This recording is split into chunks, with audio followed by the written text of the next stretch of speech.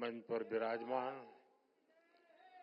वित्त मंत्री निर्मला सीतारमण जी, वित्त राज्य मंत्री पंकज चौधरी जी, यहां उपस्थित नाबार्ड के वरिष्ठ मैनेजमेंट के सदस्य, सेल्फ हेल्प ग्रुप के सदस्य, कोऑपरेटिव बैंक्स के सदस्य, किसान उत्पाद संघ एफपीओज के सदस्य, अन्य सभी महानुभाव, देवी और सज्जनों, आप सभी को वर्ष 2025 की बहुत बहुत शुभकामनाएं।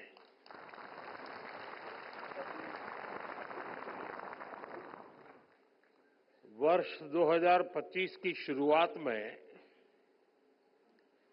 ग्रामीण भारत महोत्सव का ये भव्य आयोजन भारत की विकास यात्रा का परिचय दे रहा है, एक पहचान बना रहा है। मैं इस आयोजन के लिए नाबार्ड को, अन्य सहयोगियों को बहुत बहुत बधाई देता हूं। साथियों, हम में से जो लोग गांव से जुड़े हैं, गांव में पले बड़े हैं, वो जानते हैं कि भारत के गांवों की ताकत क्या है। जो गांव में बसा है, गांव भी उसके भीतर बस जाता है। जो गांव में जिया है, वो गांव को जीना भी जानता है। मेरा ये सौभाग्य रहा कि मेरा बचपन भी एक छोटे से कस्बे में एक साधारण परिवेश में बीता, और बाद में जब मैं घर से निकला तो भी अधिकांश समय देश के गांव देहात में ही गुजरा। और इसलिए मैंने गांव की समस्याओं को भी जिया है और गांव की संभावनाओं को भी जाना है। मैंने बचपन से देखा है कि गांव में लोग कितनी मेहनत करते रहे हैं, लेकिन पूंजी की कमी के कारण उन्हें पर्याप्त अवसर नहीं मिल पाते थे। मैंने देखा है गांव में लोगों की इतनी विविधताओं से भरा सामर्थ्य होता है, लेकिन वो सामर्थ्य जीवन की मूलभूत लड़ाइयों में ही खप जाता है। कभी प्राकृतिक आपदा के कारण फसल नहीं होती थी, कभी बाजार तक न होने के कारण फसल फेंकनी पड़ती थी। इन परेशानियों को इतने करीब से देखने के कारण मेरे मन में गांव गरीब की सेवा का संकल्प जगा, उनकी समस्याओं के समाधान की प्रेरणा आई। आज देश के ग्रामीण इलाकों में जो काम हो रहे हैं, उनमें गांवों के सिखाए अनुभवों की भी भूमिका है। 2014 से मैं लगातार हर पल ग्रामीण भारत की सेवा में लगा हूं। गांव के लोगों को गरिमापूर्ण जीवन देना, ये मेरी सरकार की प्राथमिकता है। हमारा विजन है भारत के गांव के लोग सशक्त बने, उन्हें गांव में ही आगे बढ़ने के ज्यादा से ज्यादा अवसर मिले, उन्हें पलायन ना करना पड़े, गांव के लोगों का जीवन आसान हो। और इसलिए हमने गांव-गांव में मूलभूत सुविधाओं की गारंटी का अभियान चलाया। स्वच्छ भारत अभियान के जरिए हमने घर घर में शौचालय बनवाए। पीएम आवास योजना के तहत हमने ग्रामीण इलाकों में करोड़ों परिवारों को पक्के घर दिए। आज जल जीवन मिशन से लाखों गांवों के हर घर तक पीने का साफ पानी पहुंच रहा है। साथियों, आज 1.5 लाख से ज्यादा आयुष्मान आरोग्य मंदिरों में लोगों को स्वास्थ्य सेवाओं के बेहतर विकल्प मिल रहे हैं। हमने डिजिटल टेक्नोलॉजी की मदद से देश के बेस्ट डॉक्टर्स और हॉस्पिटल को भी गांवों से जोड़ा है, टेलीमेडिसिन का लाभ लिया है। ग्रामीण इलाकों में करोड़ों लोग ई संजीवनी के माध्यम से टेलीमेडिसिन का लाभ उठा चुके हैं। कोविड के समय दुनिया को लग रहा था कि भारत के गांव इस महामारी से कैसे निपटेंगे,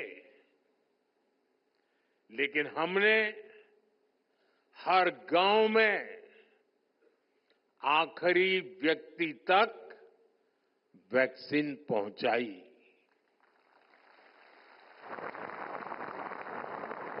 साथियों, ग्रामीण अर्थव्यवस्था की मजबूती के लिए बहुत आवश्यक है कि गांव में हर वर्ग को ध्यान में रखते हुए आर्थिक नीतियां बने। मुझे खुशी है कि पिछले 10 साल में हमारी सरकार ने गांव के हर वर्ग के लिए विशेष नीतियां बनाई हैं, निर्णय लिए हैं। 2-3 दिन पहले ही कैबिनेट ने पीएम फसल बीमा योजना को 1 वर्ष अधिक तक जारी रखने की मंजूरी दे दी।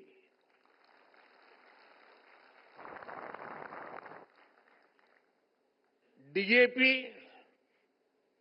दुनिया में उसका दाम बढ़ता ही चला जा रहा है, आसमान को छू रहा है। अगर वो दुनिया में जो दाम चल रहे हैं, अगर उस हिसाब से हमारे देश के किसान को खरीदना पड़ता तो वो बोझ में ऐसा दब जाता, किसान कभी खड़ा ही नहीं हो सकता। लेकिन हमने निर्णय किया कि दुनिया में जो भी परिस्थिति हो, कितना ही बोझ न क्यों बढ़े, लेकिन हम किसान के सर पर बोझ नहीं आने देंगे। और डीएपी में अगर सब्सिडी बढ़ानी पड़ी तो बढ़ा करके भी उसके दाम को स्थिर रखा है। हमारी सरकार की नीयत, नीति और निर्णय ग्रामीण भारत को नई ऊर्जा से भर रहे हैं। हमारा मकसद है कि गांव के लोगों को गांव में ही ज्यादा से ज्यादा आर्थिक मदद मिले। गांव में वो खेती भी कर पाए और गांवों में रोजगार स्वरोजगार के नए मौके भी बने।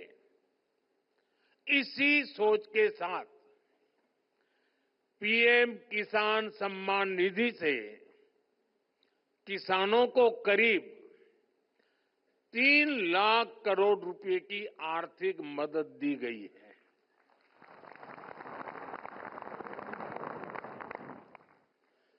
पिछले 10 वर्षों में कृषि लोन की राशि 3.5 गुना हो गई है।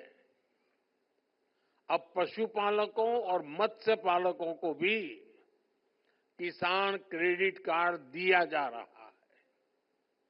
देश में मौजूद 9,000 से ज्यादा एफपीओ किसान उत्पाद संघ, उन्हें भी आर्थिक मदद दी जा रही है।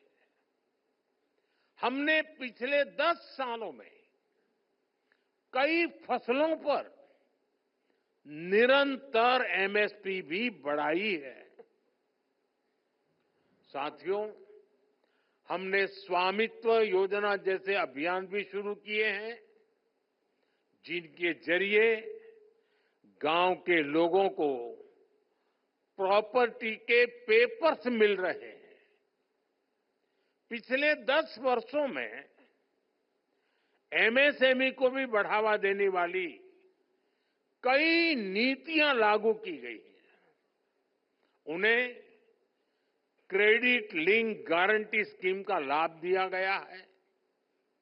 इसका फायदा 1 करोड़ से ज्यादा ग्रामीण एमएसएमईज को भी मिला है।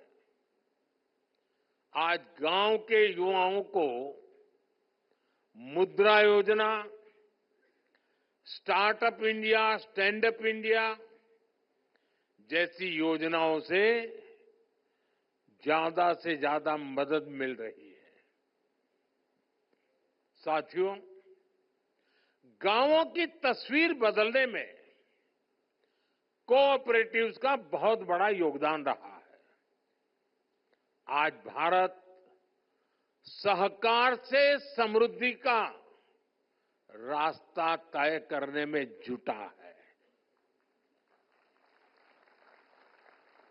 इसी उद्देश्य से 2021 में अलग से नया सहकारिता मंत्रालय का गठन किया गया। देश के करीब 70,000 पैक्स को कंप्यूटराइज भी किया जा रहा है। मकसद यही है कि किसानों को, गांव के लोगों को अपने उत्पादों का बेहतर मूल्य मिले, ग्रामीण अर्थव्यवस्था मजबूत हो। साथियों, कृषि के अलावा भी हमारे गांव में अलग अलग तरह की पारंपरिक कला और कौशल से जुड़े हुए कितने ही लोग काम करते हैं। अब जैसे लोहार है, सुथार है, कुम्हार है, ये सब काम करने वाले ज्यादातर लोग गांव में ही रहते हुए आए। रूरल इकोनॉमी और लोकल इकोनॉमी में इनका बहुत बड़ा कंट्रीब्यूशन रहा है। लेकिन पहले इनकी भी लगातार उपेक्षा हुई। अब हम उन्हें नई स्किल उसमें ट्रेन करने के लिए, नए उत्पाद तैयार करने में लिए, उनका सामर्थ्य बढ़ाने के लिए, सस्ती दरों पर मदद देने के लिए विश्वकर्मा योजना चला रहे हैं। ये योजना देश के लाखों विश्वकर्मा साथियों को आगे बढ़ने का मौका दे रही है। साथियों, जब इरादे नेक होते हैं, नतीजे भी संतोष देने वाले होते हैं।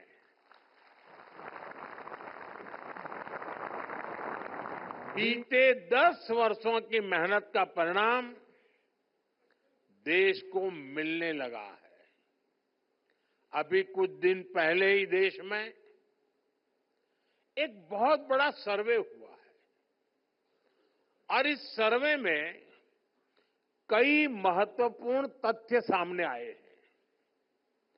साल 2011 की तुलना में अब ग्रामीण भारत में कंजम्पशन, खपत, यानी कि गांव के लोगों की खरीद शक्ति पहले से लगभग 3 गुना बढ़ गई है। यानी गांव के लोग अपने पसंद की चीजें खरीदने में पहले से ज्यादा खर्च कर रहे हैं। पहले स्थिति ये थी कि गांव के लोगों को अपनी कमाई का 50% से ज्यादा हिस्सा, आधे से भी ज्यादा हिस्सा खाने पीने पर खर्च करना पड़ता था। लेकिन आजादी के बाद पहली बार ऐसा हुआ है कि ग्रामीण इलाकों में भी खाने पीने का खर्च 50% से कम हुआ है और जीवन की चीजें खरीदने की तरफ खर्चा बढ़ा है।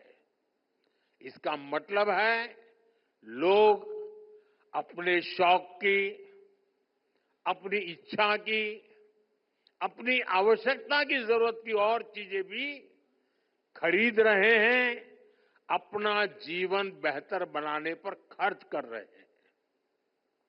साथियों, इसी सर्वे में एक और बड़ी अहम बात सामने आई है। सर्वे के अनुसार शहर और गांव में होने वाली खपत का अंतर कम हुआ है। पहले शहर का एक प्रति परिवार जितना खर्च करके खरीद करता था और गांव का व्यक्ति जो करता था, बहुत फासला था। अब धीरे धीरे गांव वाला भी शहर वालों की बराबरी करने में लग गया है। हमारे निरंतर प्रयासों से अब गांव और शहरों का ये अंतर भी कम हो जा रहा है। ग्रामीण भारत में सफलता की ऐसी अनेक गाथाएं हैं जो हमें प्रेरित करती है। साथियों, आज जब मैं इन सफलताओं को देखता हूं तो ये भी सोचता हूं कि ये सारे काम पहले की सरकारों के समय भी तो हो सकते थे। मोदी का इंतजार करना पड़ा क्या?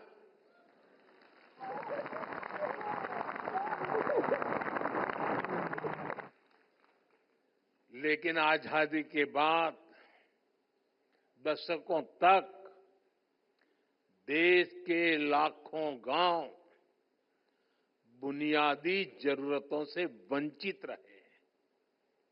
आप मुझे बताइए, देश में सबसे ज्यादा एससी कहां रहते हैं? गांव में। एसटी कहां रहते हैं? गांव में। ओबीसी कहां रहते हैं? गांव में। एससी हो, एसटी हो, ओबीसी हो, समाज के तबके के लोग ज्यादा से ज्यादा गांव में ही अपना गुजारा करते हैं। पहले की सरकारों ने इन सभी की आवश्यकताओं की तरफ ध्यान नहीं दिया। गांव से पलायन होता रहा, गरीबी बढ़ती रही, गांव शहर की खाई भी बढ़ती रही। मैं आपको एक और उदाहरण देता हूं। आप जानते हैं, पहले हमारे सीमावर्ती गांवों को लेकर क्या सोच होती थी? उन्हें देश का आखिरी गांव कहा जाता था। हमने उन्हें आखिरी गांव कहना बंद करवा दिया। हमने कहा, सूरज की पहली किरण जब निकलती है ना, तो उस पहले गांव में आती है, वो आखिरी गांव नहीं है। और जब सूरज डूबता है, तो डूबते सूरज की आखिरी किरण भी उस गांव को आती है, जो हमारा उस दिशा का पहला गांव होता है। और इसलिए हमारे लिए गांव आखिरी नहीं है, हमारे लिए प्रथम गांव है। हमने उसको प्रथम गांव का दर्जा दिया। सीमांत गांवों के विकास के लिए वाइब्रेंट विलेज स्कीम शुरू की गई। आज सीमांत गांवों का विकास वहां के लोगों की आय बढ़ा रहा है। यानी जिन्हें किसी ने नहीं पूछा, उन्हें मोदी ने पूजा है।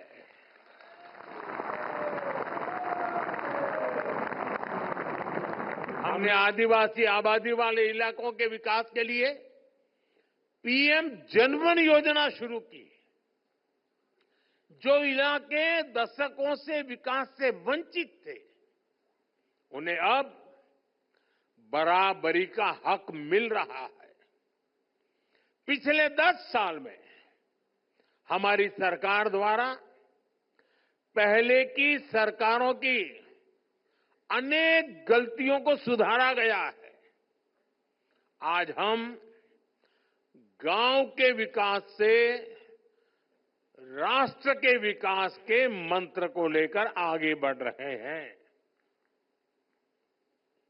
इन्हीं प्रयासों का परिणाम है कि 10 साल में देश के करीब 25 करोड़ लोग गरीबी से बाहर आए हैं। और इनमें सबसे बड़ी संख्या हमारे गांव के लोगों की है। अभी कल ही स्टेट बैंक ऑफ इंडिया की भी एक अहम स्टडी आई है। उनका एक बड़ा अध्ययन किया हुआ रिपोर्ट आया है। स्टेट बैंक ऑफ इंडिया की रिपोर्ट क्या कह रही है? वो कहते हैं 2012 में भारत में ग्रामीण गरीबी, रूरल पॉवर्टी, यानी गांवों में गरीबी करीब 26% थी, 26%। 2024 में, 2024 में भारत में रूरल पॉवर्टी, यानी गांवों में गरीबी घट कर के पहले जो 26% गरीबी थी, वो गरीबी घट करके 5% से भी कम हो गई है।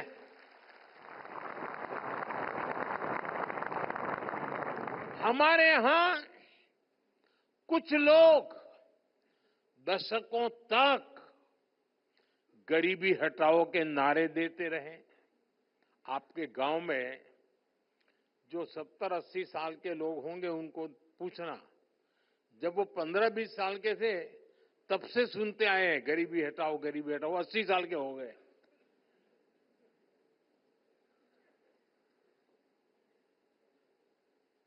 आज स्थिति बदल गई है। अब देश में वास्तविक रूप से गरीबी कम होना शुरू हो गई है। साथियों, भारत की ग्रामीण अर्थव्यवस्था में महिलाओं का हमेशा से बहुत बड़ा स्थान रहा है।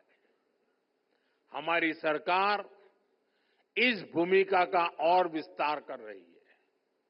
आज हम देख रहे हैं, गांव में बैंक सखी और बीमा सखी के रूप में महिलाएं ग्रामीण जीवन को नए सिरे से परिभाषित कर रही है।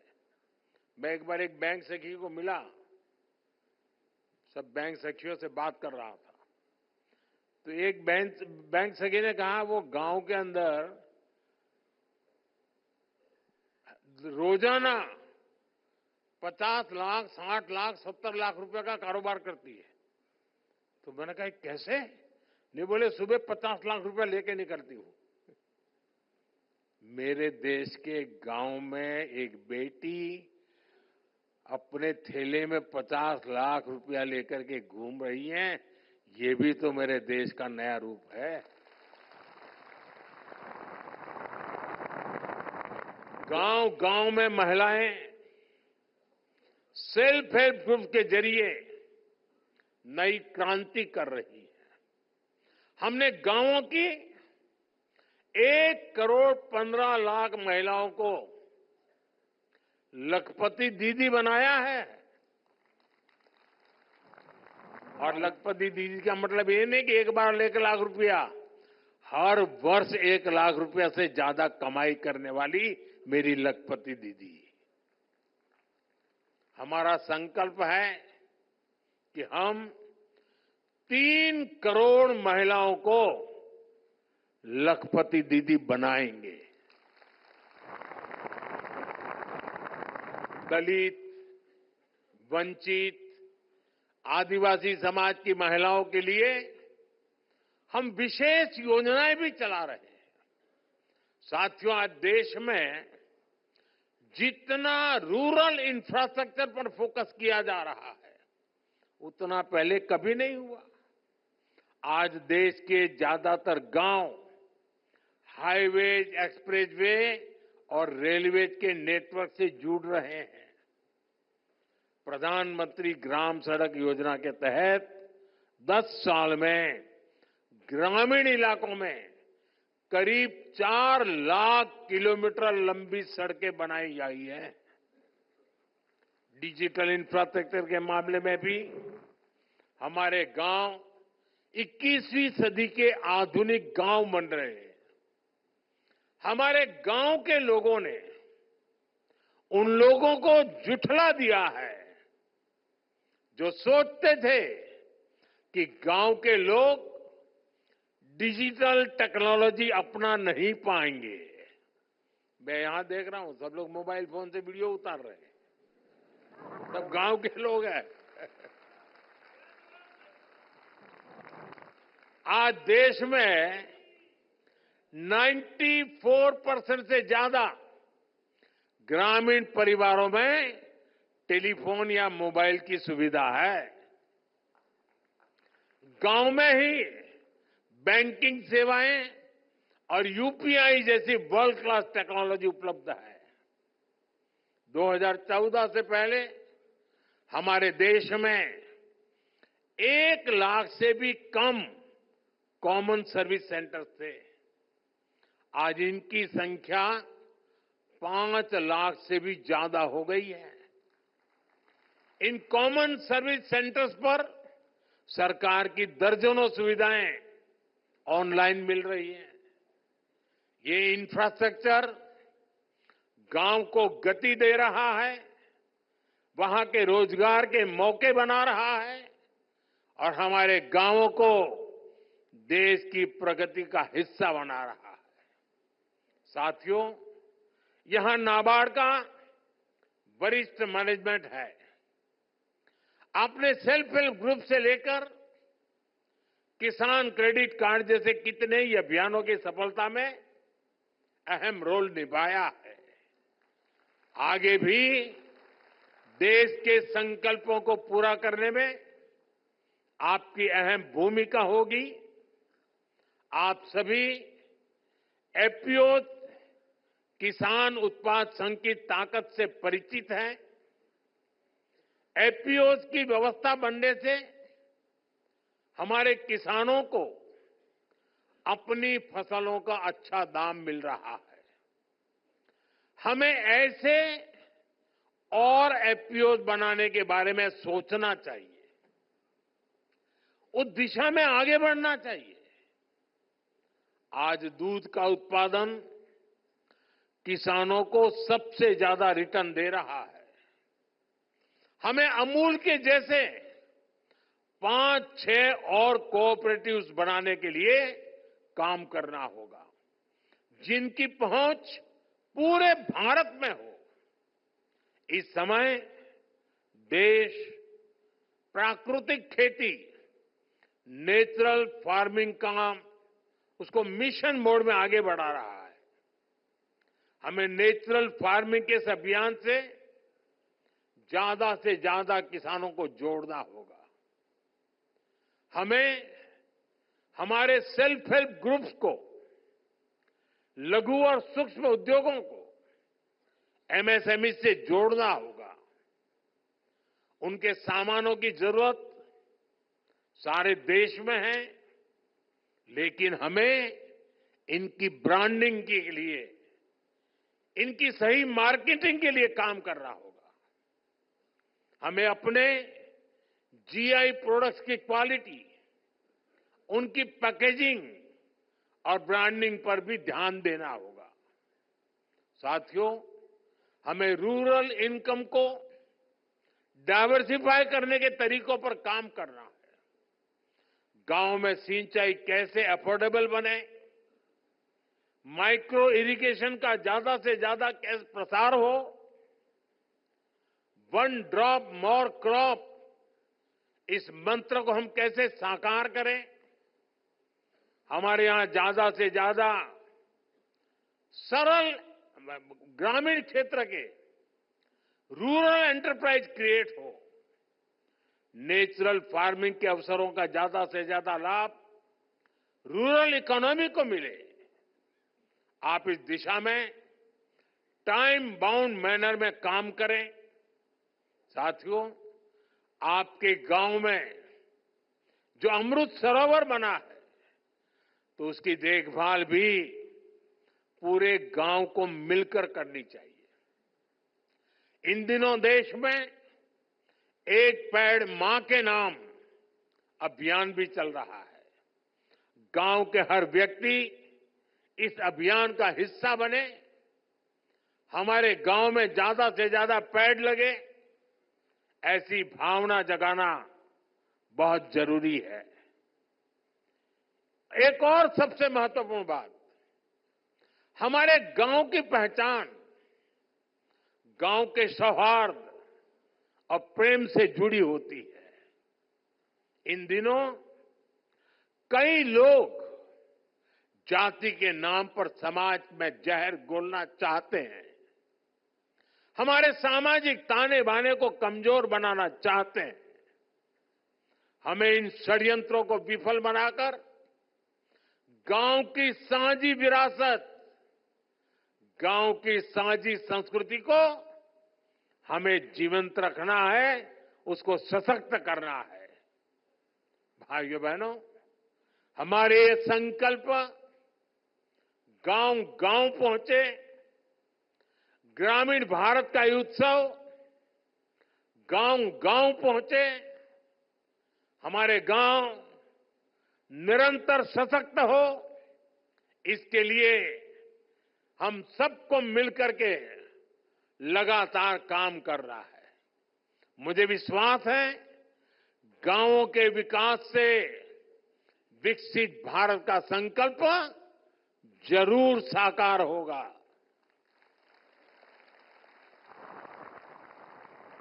मैं अभी यहां जीआई टैग वाले जो लोग अपने अपने प्रोडक्ट लेकर के आए हैं, उसे देखने गया था। मैं आज इस समारोह के माध्यम से दिल्ली वासियों से आग्रह करूंगा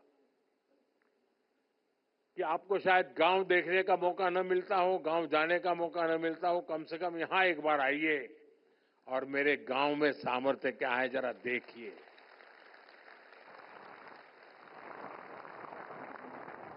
कितनी विविधताएं हैं, और मुझे पक्का विश्वास है जिन्होंने कभी गांव नहीं देखा है उनके लिए ये बहुत बड़ा अचरज बन जाएगा। इस कार्य को आप लोगों ने किया है, आप लोग बधाई के पात्र हैं। मेरी तरफ से आप सबको बहुत बहुत शुभकामनाएं, बहुत बहुत धन्यवाद।